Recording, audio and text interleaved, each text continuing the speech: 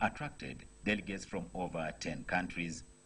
The president said that Uganda is now implementing an e-government mineral licensing system to facilitate the licensing process, eliminate the perceived bureaucracies, and increase on transparency in issuing of mineral licenses. This therefore makes the mining sector a major driver of the employment creation and the GDP growth. He added that government is issuing licenses to small and medium-scale miners so that they can be easily monitored, empowered by government, as well as progressing well on the new mineral policy for Uganda and a bill that are being tabled to foster development in the mineral sector and address the challenges that the sector has been facing. President Museveni commended the private sector for their efforts in developing the mining sector, citing the phosphates and steel project that is under development in Tororo district, Goodwill ceramic and tiles in Kapeka, and 4 gold refineries, among others. The Minister for Energy and Mineral Resources, Engineer Irene Muloni, said that government may come up with reprimanding measures against people who inflate land costs where government projects are set to commence, like roads, mines, and called upon mining investors to come up with technologies that can detect fraud of unscrupulous people who erect empty tombs on land on which government projects are set for in order to attract huge compensations. The Chairman, Board of Trustees of the Uganda Chamber of Mines and Petroleum, Richard Kaijuka, called upon government to put more interest in the mining sector and also set up a development authority for minerals, as is the case with coffee, cotton, dairy, and well as harmonize the salaries for other mineral employees to match those in the petroleum sector, since they have the same potential to cause transformation of the country. The ceremony also included the think tank debates from panelists from both Uganda and abroad in forging the way forward to better the country's mineral sector. Reporting for UBC TV News, Stephen Kanakulia, Sempa. Uganda Cranes goalkeeper Dennis Onyango is to testify during the Independence Eve National Prayer Breakfast slated for Tuesday in Kampala District. The organizing chairperson of the event, David Bahati, says Parliament chose Onyango because of leadership skills he has exhibited in sports. The prayer breakfast organized by Parliament is to unite the politicians and remind the MPs of their roles in national development.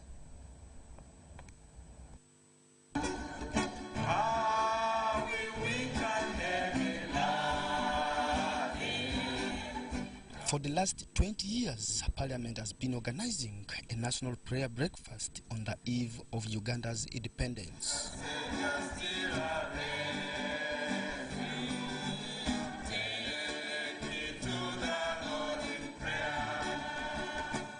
This year's prayers are slated for Tuesday next week at Pearl of Africa Hotel in Kampala. The essence of the prayer breakfast is to remind legislators and leaders in the country of their role in making laws, policies, decisions that respect and develop mankind as children of God, and to deepen our relationship with God. It also gives our nation that spiritual strength to renew and strengthen those bonds of brotherhood and sisterhood with the faithful across the country. The prayers attract congregants from all political parties, various religious denominations, cultural leaders, members of diplomatic corps, and business community. Every year, we are joined by delegations from East Africa community. Like this year, we'll have a big delegation from Kenya, South Sudan, Democratic Republic of Congo, the United States of America, Germany, in Europe, Asia, among others. Uganda Cranes goalkeeper Dennis Onyango has been picked to give his life story and journey in football to inspire the country. An award-winning Uganda professional footballer currently piloting the national team, Uganda Cranes, as its captain. Onyango deservingly won the prestigious African Player of the Year in 2016. Born and bred in Uganda, Onyango began his career from the country before he went to play in South Africa Premier Soccer League. This year's prayer breakfast will be held under the theme, The Power of Character in Leadership. Praise the Lord, praise the Lord. For UBC TV News, I am Philip Aguta. Leaders of different political parties in the country have recommended that it is through dialogue, rules of engagement and unity that Uganda will be able to change its political state and enhance constitutionalism. Officiating at the National Dialogue on Political Party and Constitutionalism in Kampala District, Minister in charge of Northern Uganda, Grace, said inequality and discrimination in political parties needs to be addressed.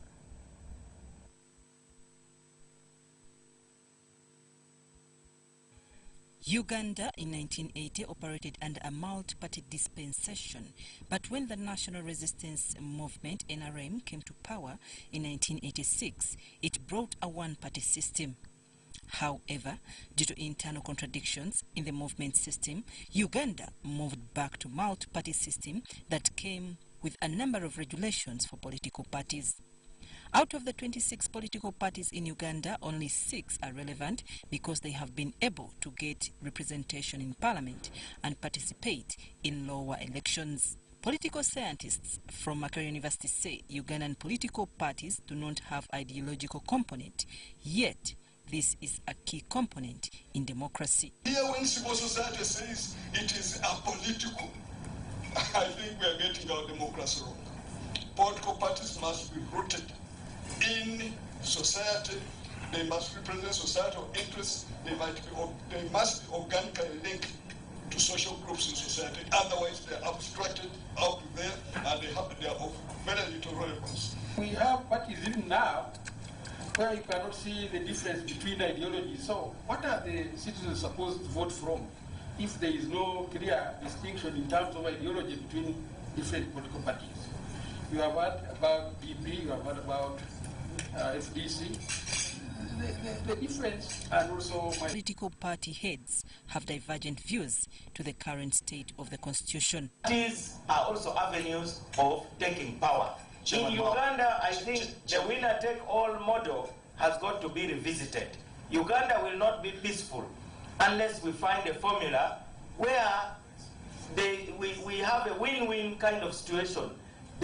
You can talk about the journey that our constitution has made, and you'll find that main provisions of this constitution have been adulterated. For example, your topic is harnessing political diversity. Where is the diversity in Uganda? However, the Minister for Northern Uganda, Grace, believes there is political transformation in the country. Work together, and if we pulled together and we discussed together and we brought ideas together, we can be a better nation. The parties which are supposed to support, because we are all Ugandans after all, at the end of the day, we are tearing each other apart. The dialogue was organized by Human Rights Commission with the aim of ensuring that political parties promote constitutionalism. Here to also examine the achievements and challenges of political parties with the view of finding strategies to strengthen them and enhance their contribution to constitutionalism and democratic governance of Uganda. To the civil society, the main issue affecting multi-party dispensation in Uganda is the operating environment. Have them setting up grassroots structures, but in Kasese, twice, FDC has been blocked from doing consultation. That parties have their internal challenges, but how should they operate? Under the conditions of POMA, under conditions of limited funding. As they prepare for the next presidential elections, political parties have been advised to clearly state what they stand for, compete in many positions for their visibility, and create dialogue within their parties to eliminate factions. I'm Navka Farida, reporting. Thank you, Nafka Farida. In more news, Uganda Broadcasting Corporation is looking at equipping transmitter stations to boost coverage across the nation, as well as regularizing terms of staff for effective service delivery. The board is optimistic that it will make an informed decision on UBC matters after the countrywide tour of UBC sites. Ivan Kawa reports. UBC board has concluded its countrywide assessment of UBC sites with a tour in western Uganda. The intention was to ascertain the status of UBC upcountry sites and as well find lasting solutions to the shortfalls affecting the institution. At the end of the tour, the board found out that in Western Uganda, UBC property was vandalized, has obsolete equipment, and the corporation land has been encroached upon. Because the previous managements were always in a hurry. There was no stable management. Either the board was there and there was no management proper. And today they were in this, they were under this ministry, tomorrow they are in another ministry. So they never had time to concentrate and regularize the ownership of the land. So that's why there are so many encroachers. But we are going to sit, work with government, work with the Ministry of Lands, and make sure that all the land that we own is titled. As a way to improve UBC's coverage countrywide, some transmission sites are to be relocated. Henceforth, in all these stations in a synchronized and systematic phased manner. That is how we want to go. We want to brand UBC in every region of Uganda, and we want to put the same structures. So that, because you know information is power. Without information, how can you develop your people? The board, on the other hand, is impressed by the positivity observed at all sites across the country. Even those who have not been paid, they said, we are ready, we are patient, we know you are going to pay us. And once you have got the manpower issue resolved, then you know you are going to work. Because we didn't find any station that is demoralized. Everybody was present, they were clean, they were motivated. I was very happy. I've never seen staff that work up country with a mother company corporation in Kampala that are so motivated. I haven't reached anywhere where people are so demoralized and saying for us, we up country, those at the headquarters are better. I've found very, very good, especially the females. UBC was formed by an act of parliament in 2004 and operates 4 television stations and 11 radio stations across the nation. Ivan Kahwa, UBC News in Western Uganda. Government has embarked on the move to expand the Wakiso Best School for the Deaf as a means of promoting inclusive education services. Now construction works for the intimated 6 buildings to house classrooms, dormitories and teachers' houses are underway. According to the Commissioner in charge of disabilities, Professor Onenedris, the project will cost government close to 1 billion Ugandan shillings. Details follow.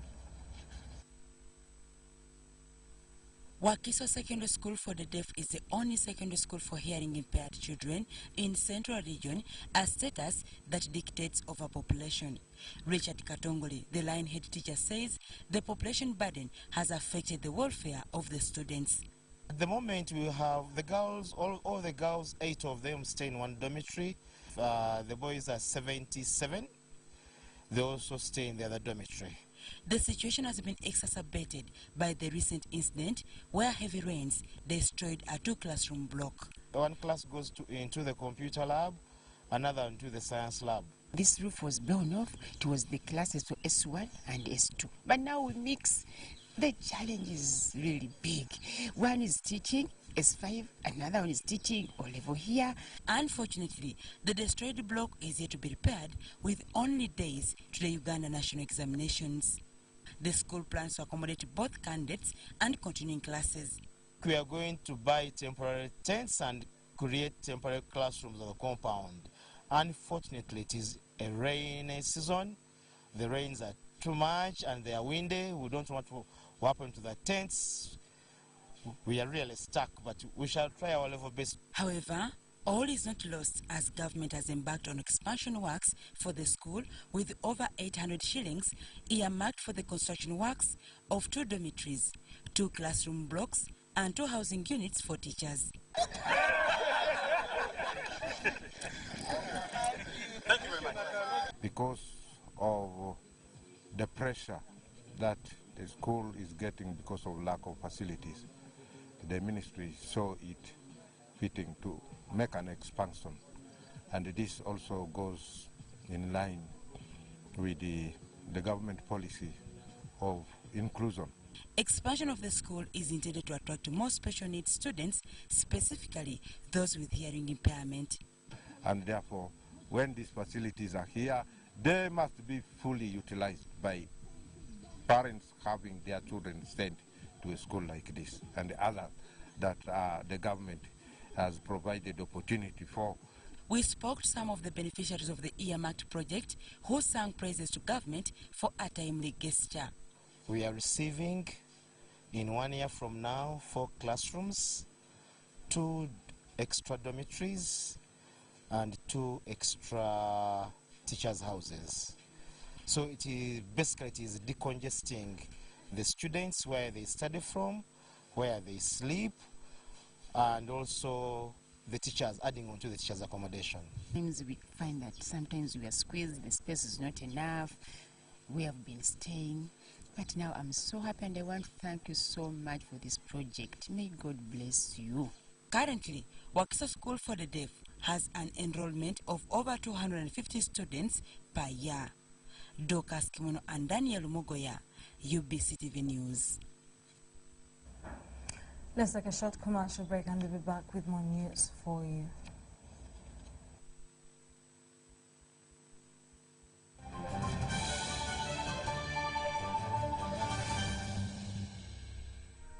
Every dream has a challenging journey. Ours began in 1998 with a mission to drive the development of a robust communications sector in Uganda. We created structures to champion the dream. We've evolved, made discoveries, supported great minds, empowered Ugandans, and fostered a vibrant culture, enabling communication for all. Down the years, we've created memories and networks, uniting generations and building great partnerships. Together, we can go even further. UCC, celebrating 20 years of achievements. Reward check target. Dial star 162 hash. Get 100% on data and bonus. Win instantly with Mega Master Pay. Just recharge and hit your target. Mega Masape from Airtel is back, and everyone, we mean everyone, gets a bonus. All you have to do, check your target, recharge, get 100% bonus on data and minutes. Dial star 162 hash today to know your target. Airtel, the smartphone network. Ladies and gentlemen, welcome to the Pain Arena. Introducing on the right corner, Mr. Action, the reigning heavyweight champion in the ring against NSB Headache, the #1 contender. And the bell rings. Headache charges forward with a steady right and a left hook. Action dodges. He misses out with an inch. Wait a minute. Mr. Action launches back with a kick. The final blow. He is out.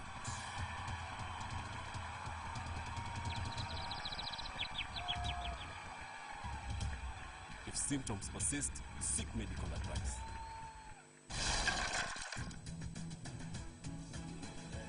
Measles and rubella outbreaks are still being reported in some districts in Uganda, putting the lives of our children at risk.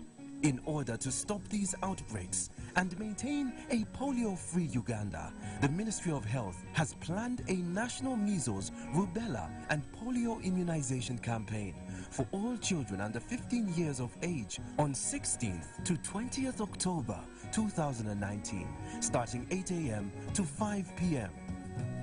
All vaccines are safe, effective, and free. Parents and caretakers are hereby asked to take all children under 15 years of age for immunization at the nearest health facility or immunization post. Ministry of Health also calls upon everybody to report any child with a fever and generalized skin rash to the nearest health facility or health worker immediately. This could be measles or rubella. This message is brought to you by the Ministry of Health with support from World Health Organization and UNICEF. Mommy, you can't touch it. You can't touch it. Daddy, what's wrong? I've had a long day, Angel. and have a bad headache. Oh, I'll give you something that will make you feel better if you promise to play with us. Headache? Toothache. Unapoumwa, unataka kitulizo kwa haraka gani? Mara moja. Pain and fever reliever. A quality product from Beta Healthcare contains paracetamol, caffeine, and aspirin. Beta Healthcare, caring for all. If symptoms persist, seek medical advice. My first 4G smartphone from Airtel is back. It's bigger, better, and comes with 5 GB free data per month for 3 months. At only 200,000 Uganda shillings, enjoy fantastic features on the phone, like the face unlock feature, long battery life. Mwana, volume mukeko. Live your life in 4G with my first 4G smartphone at only 200,000 Uganda shillings and get free 5 GB data every month for 3 months. Visit the nearest Airtel shop, dial *175*9# to enjoy free data. Airtel, the smartphone network. All patriotic Ugandans in schools, universities, markets, or online on 5th October 2019, come dine and interact with the president at Kololo Airstrip in the Patriots Catch-Up Mega Party! This time, the president will receive your proposals on nation building personally. A great day to interact with the head of state. Drinks, foods, and entrance all for free. If you don't trust our size of plates and mugs, come with your plate and Kavera to carry some food. So mark the date, 5th October 2019 at Kololo Airstrip. The Patriots Catch-Up Mega Party organized by Balam and the National Patriot Secretariat. Powered by Radio 4 and Soon Susie.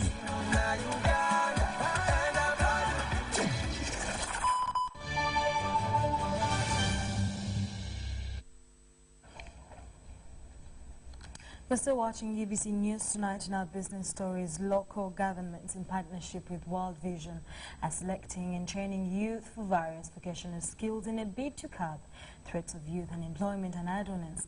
The training is being conducted at Lugogo Vocational Training Institute. Take a look. A total of 479 youth across the country have been selected and are undergoing intensive vocational skills training at Lugogo Vocational Training Institute. Skills being imparted to these youth include, but not limited to, electro installation, plumbing, motor vehicle mechanics, bricklaying, painting and decorating, hairdressing and tailoring. The principal, Lugogo Vocational Training Institute, Mwesije George Shirengi, says the imparted skills acquired by the youth will help them and their community to transform economically. The skills these people have competence-based, hands-on. So they will go straight to the industry and work.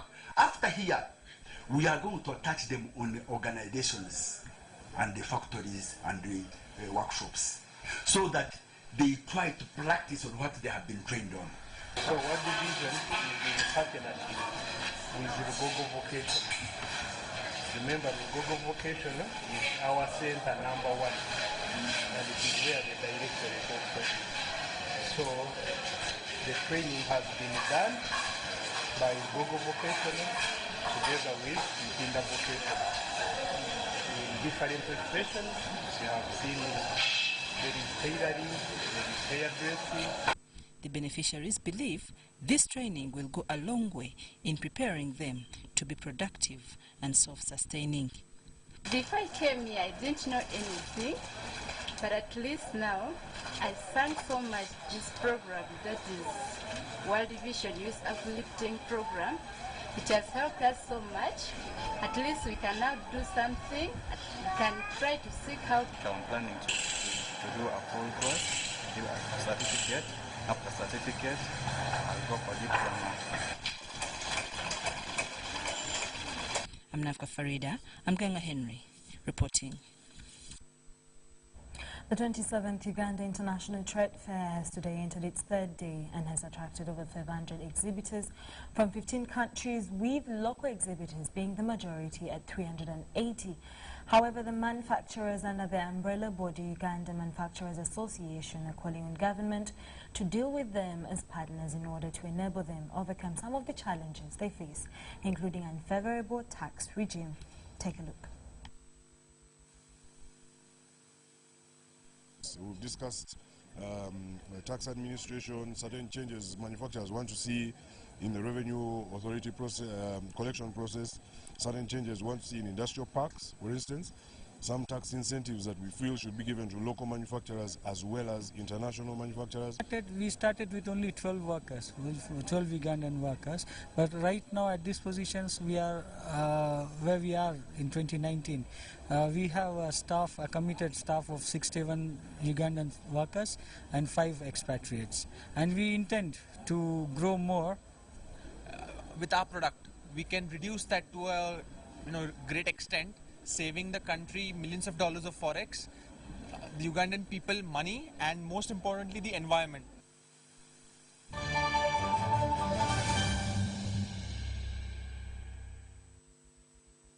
Our international story, $70 billion worth of 1,000 Kenya shillings notes are still being held by individuals even as the demonetization of the old note came to a close on Monday this week. Central Bank of Kenya Governor Patrick Njoroge claims he suspects a large chunk of the money is from illicit proceeds, adding that 3,172 illegal transactions were flagged off during the 4-month window period. The governor saying by the 30th of September, the bank had received only 209 million pieces of 1,000 shillings old notes against the circulation of 217 million pieces in June. CBK governor says the institution is monitoring 15 individual bank accounts suspected to be used in illicit transactions. CBK terms the demonetization as a success, especially in the fight against illicit flow of money in the country's economy. CBK has so far released 149 million pieces of new generation 1,000 note to ease the scarcity of the currency. This new video and script is provided by Independent African TV organization, which is members of the Africa Link Union with the aim of content sharing. CCTV Plus does not warrant the accuracy and disclaims liability for any errors whatsoever.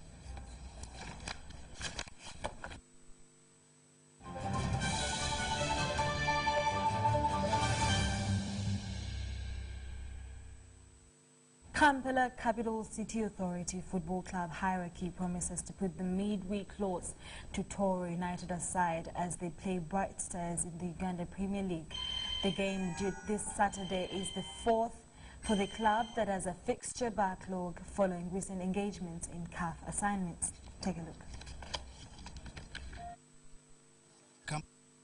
Authority Football Club manager Mike Mutebi isn't swayed by the team's latest defeat to Toro United in an away. The way the players played, I don't think we would have scored even if we played for 120 minutes, because they did everything, created chances, they did everything against a very, very organized team, because Toro United was very organized, and they made it difficult for us, but they did everything they could besides scoring.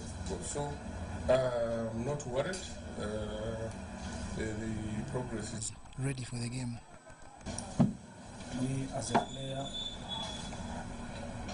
I believe we did our best on the debut, and it is gone now. The task.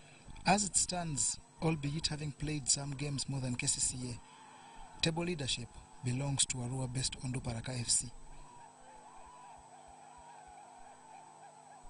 Also in action on Saturday is Sports Club Vida. Let's take a look at the weather forecast by Semper Alex. We still have a continuation of rainfall activities across the country. Semper Alex came from the weather center here on UBC with the weather report. Today, most parts of the country had some rainfall activities in the morning hours. However, even by 9 a.m. this morning, Kasese reported 11 millimeters of rainfall, whereas Mbarara reported 9.6 and Kabale reported 8.3 millimeters of rainfall. This is because of the alignment of the rain belt across Africa, which also covers our country. However, we also have an influx of wet winds coming from the Indian Ocean towards our region, the reason for the wet weather activities. Otherwise, tomorrow morning we shall see most parts of the country have partly cloudy skies, apart from areas along the Lake Victoria Basin, including the islands that will have chances of some rainfall. In the afternoon, we do expect most parts of the country to have chances of rainfall, apart from areas along the Lake Victoria Basin. We do expect temperatures to rise to 28 degrees Celsius in Karamoja region, whereas for the nation's capital, Kampala, at 26. And in Kabale Highlands, we are forecasting at 25 degrees Celsius. And if you're planning to travel elsewhere across the globe, we are forecasting for Nairobi as well as Paris chances of rainfall. But for Dubai, we do expect sunny intervals at a daytime high of 37 degrees Celsius. However, New York is expected to be cold at only 16 degrees Celsius. That is it for today. For more information, log on to our website. I remain Semper Alex Kim. Thank you, Semper Alex, for the weather updates. Now, that's what we had for you today at 8 p.m.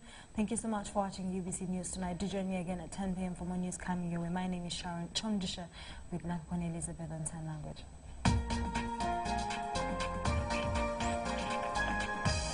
Was brought to you by UCC, celebrating 20 years of achievements.